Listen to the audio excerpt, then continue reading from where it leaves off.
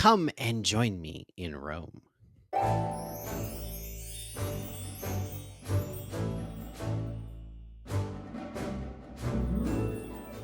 Hello, and thank you all for joining us again here today on Hessens County for another TTRPG talk. This video series takes a look at tabletop role playing games and related materials to make suggestions for your own games and takes a look at some of my own materials. Today, what we're going to be doing is another part of our sort of mini series on life paths by taking a look at a very older, definitely an older game, but one that has been undergoing a kind of a revival of sorts.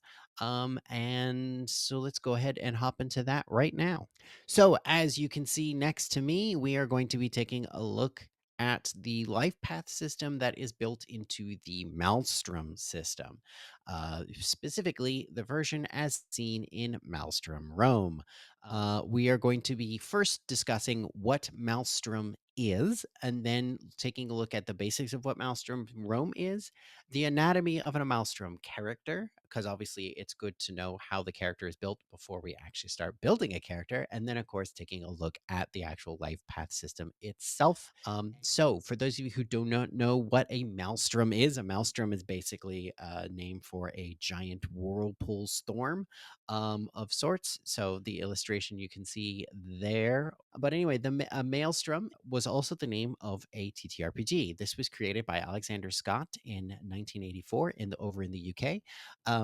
And it is in many ways a relatively basic percentile die roll under system.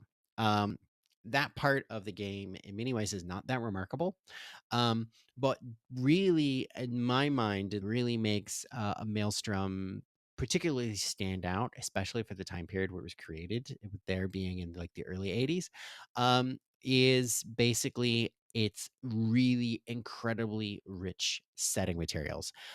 Maelstrom itself is based in a sort of low fantasy Tudor England. The basic concept is that there is this maelstrom, which is essentially magic in the world, and you have been unfortunately touched by the maelstrom in some capacity, and it has managed to shake up your life. I feel that a number of the maelstrom games that have come out over time are worth picking up, if for no other reason than for the incredibly dense setting materials that come with it if you want to create historical fiction games, or a game set in a historical fiction setting, and there happens to be a Maelstrom game out that fits that setting, that is the perfect way to do it. um, the rights for publishing Maelstrom, they were originally published by Penguin Press, but they were later picked up by Arion Games starting in around 2008. And Arion Games has since then not only been republishing a lot of the original materials on Drive-Thru RPG, but also has been creating some of their own games based off of the system. One of those is going to be Maelstrom Rome. So again, there were a number of systems that they published that expanded the setting or provided alternative settings. One of them was Maelstrom Doomsday, which of course was set in the general period right after the uh, the Norman invasion of England. So it discusses sort of that time period in the 1080s where things are kind of everybody's getting adjusted to the idea of, the Normans are here and they're ruling everything and the harrying of the North and all that stuff. Um, Rome, meanwhile, came out in 2019. Again, we have the same basic Maelstrom setting. We have characters. In this particular setting, we have a strong emphasis on Roman social class, and of course your typical professions that you would see in the city of Rome itself, and how those all kind of play together, not only with the world that your characters are living in, but also their own backstories and stuff like that. The specific setting of this game is Rome in 50 CE. So, for those of you who don't know, this is the time period of the Emperor Claudius. Claudius has just adopted his, uh, I guess his stepson, uh, by marriage, uh, Nero, to be his heir. So this is before Nero. This is the very ends. This is the very ends of the Claudio Julian dynasty before we start moving on to the Flavians and other emperors after them. Again, just like before, this game is very, very heavily researched. One game actually that Arian Games did put out before this one, a number of years before this one, was actually Rollmaster Rome. So I'm suspecting that the creator. Behind this has been having this in their mind for quite a while before they get a chance to adapt it for Maelstrom. Just to provide the basic anatomy of a character, there are three major elements that. Oh, I accidentally left one thing off there. There's there's three major elements that a character is kind of built around. Their attributes, which run from about 30 to 70 and are set. Basically, this is the basis for our saving throws. So again, we're rolling under. So the higher that number, the better. We also have abilities that, in many ways, are kind of like skills in other games. These are ranked from 1 to 6, and they provide varying levels of bonuses. So, for example, level 1, maybe you get a 20% bonus to all saving throws using this ability or skill. And then at rank 2, it might upgrade to 30. And then at rank 3, it might upgrade to 40. But at rank 5, maybe it only upgrades to 45. And then so there's sometimes there's depending upon the particular skill we're looking at, there might be diminishing returns on the bonuses as your skill gets higher and higher and higher. Um, but you might get other advantages or bonuses instead. Other skills, like you can't even do a basic roll using this skill unless you already have a training in this skill at level or this ability at level 1. One thing that I did forget to put up here, it's called a characteristic. Basically each character starts with a characteristic. I'll mention that. I'll go into a bit more detail in the next section, but this is a unique aspect for your character, some special ability that they have. Classing, every character has classes and livings. Basically, these are the aspects that you would go through. Kind of, this is kind of like the terms and professions that you go through when you're if you're using like the traveler uh life path system. This is how we go through the various steps of your character's past, of your character's life before we hit the actual start point of the game. um and of course, social class plays a major role. That's what I mean by class here. It's not like a fighter or a rogue. No. Class is the social class. So are you a plebeian? Are you uh, one of the equestrians, or a member of the senatorial class, or are you a slave?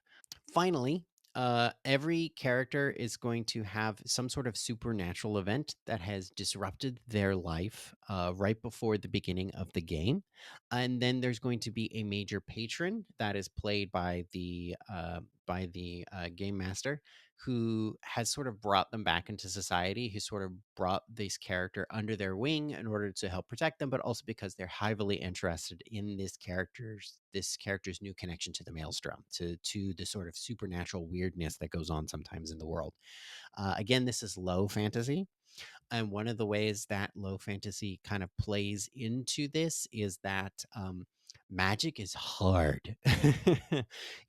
And the magic system in the Maelstrom games in general sort of operate under the idea that making small changes to the world, imposing your will on the world in small ways, is much, much easier than making big changes, right? And that various elements of the world, of this current situation in the world, make that easier or harder. So, one example that I've seen somebody do before, mentioned before, would be like, oh, I want somebody to slip and fall. That's obviously a lot easier for me to do if they're already standing on ice with magic than it would be for them to slip and fall while walking across a stone floor in the middle of a desert. um, or obviously, it's a lot easier for me to conjure a fireball or something when we're already, like, standing next to a blacksmith's forge than it would be for me to do it in winter in deep in the forests of Dacia or something, or Germania, and that very few characters actually can manipulate magic. That's another thing, at least not directly. The steps of going through a life path, again, we're going to actually go through this here in a little bit, but I just wanted to sort of refresh the actual stages before we actually hop in and create a character ourselves in this system. The first thing we need to do is, of course, set our base attributes. We're going to have a full set of them. The default is that they kind of fall at, depending upon which system of Maelstrom you're going for, they usually fall at like 30 or 40 or something like that. But you can manipulate a couple of them a little bit, you based on a combination of decisions and dice rolls to shift them up or down like a couple of points, just to create some spice and variety. Um, the next thing that your character will, of course, need to do is set your family origins and class. So this will help dictate where we start when we actually go into the various terms or livings that we do in a future step. The next thing we pull is our characteristic. And again, these are various things that are often quite powerful, especially if we're doing like investigations or stuff like that. Um, your character might be a really good hunter, or your character might be really good. I think one of them is like haggling, where it makes it really good for your character just gets like advantages whenever you're bargaining, or has a really much easier time when it comes to like trying to make deals. Like whether that's whether you're shopping or you're negotiating, than it would be for other characters. Then, of course, we go. Then this next aspect is very similar to what we would normally be doing in Traveler, where we roll to determine exactly the go through the various terms of our character's life. So we would roll to determine, okay, what class are we going to start with? Um, then we would figure out what exactly we advantages or bonuses or things that we get because of our character's life experience through this aspect of things. Uh, we then determine if we're done at that stage, which partly depends on like how old our character is, and also personal player decision can sort of manipulate that a little bit one way or the other. And then we determine where we go from there if we are continuing to the next term. And we just keep doing that again and again and again until we either hit an endpoint or we are at 6 terms. There are a couple of little steps we occasionally need to do when it comes to finishing up, like just cleaning some things up, adding a couple of extra attributes just to kind of dictate or indicate like hobbies that our character might have, or um, life experiences that our character might have had outside of the professions that they've been operating in, the various careers that they had over the course of their life. Um, and then we have that aging. If your character is above 30, they start to experience the symptoms of aging, which means that certain attributes and stuff might start actually going down. Um, the last two things that we would do is that we determine exactly what supernatural event happened and who the patron is going to be. There's a short list of 6 patrons, one of them actually being Emperor Claudius himself, and a couple of other people who are like major players, either in the Senate or in the court or otherwise in the Society of Rome, actual historical figures. And then finally, the last thing we do is we write our actual backstory or timeline, basically because we're also rolling when we're doing the living things, we're also rolling a random event for each thing. So we're taking those random events. The game also provides us with a timeline of the history of Rome, so we can actually chart out like each of the specific events that happened every single year for like 50 or 60 years before the game starts. So basically, you can know exactly what was happening in Rome or the Roman Empire throughout the entire time period, uh, before this game starts, within a reasonable lifespan of a character, so that once your character is ready, you know exactly what happened. So you dive into this game fully set with a character all fleshed out. Again, this is not necessarily a system that I recommend you go out and buy and try to play necessarily, because there are certain sort of really old school aspects to this that I think so lots of people wouldn't necessarily enjoy all that much.